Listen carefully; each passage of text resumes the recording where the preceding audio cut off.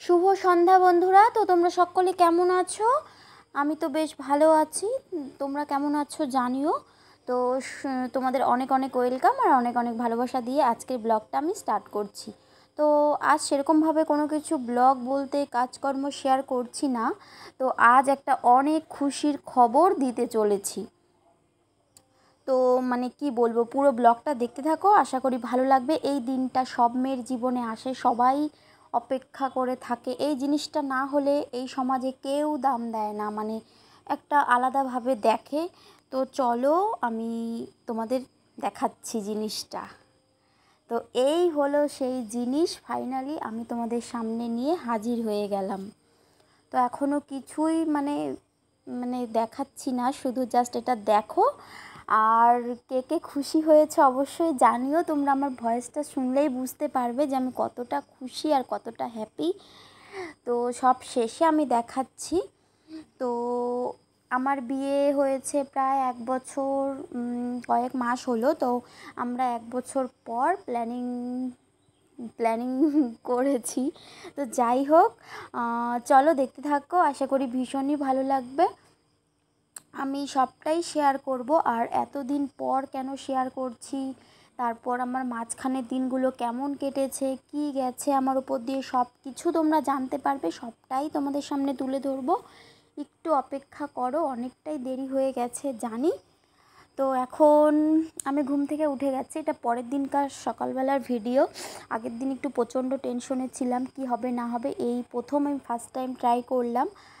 তো সেটাই তোমাদের সাথে তুলে ধরেছি। ভিডিওটা কিছুদিন আগে করা হয়েছে, করেছি। তো আমি ভাবছি না আর দেরি করলে চলবে না, এখন তোমাদের সামনে সবটা বলেই দিতে হবে, না হলে অনেকটা লেট হয়ে যাবে। এই দেখো সেই জিনিসটা, আমি কতটা খুশি বন্ধুরা বলে বোঝাতে পারবো না।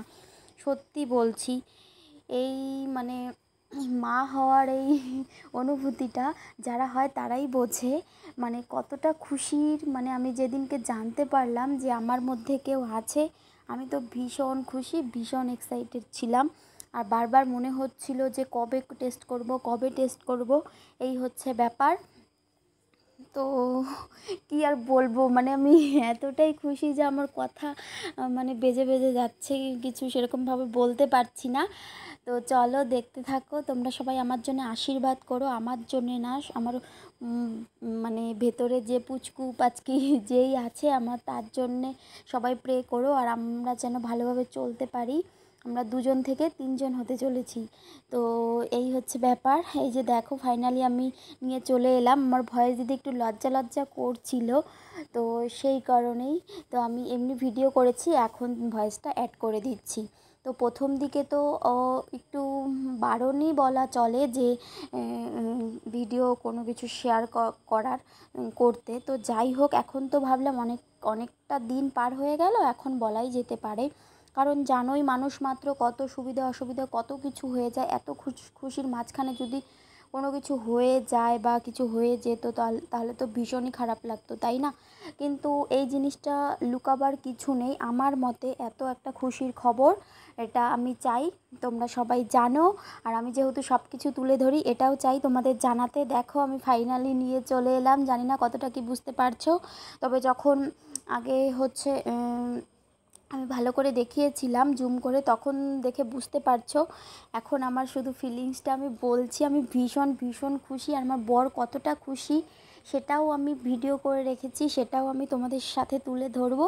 তো ভিডিওটা কেমন লাগলো আশা করি সবাই দেখবে আর ভালোও লাগবে। আর ভিডিওটা প্রচুর প্রচুর প্রচুর শেয়ার করো বন্ধুরা। অনেক কিছু বলার আছে গো, তোমাদের পাশে থেকো সবাই।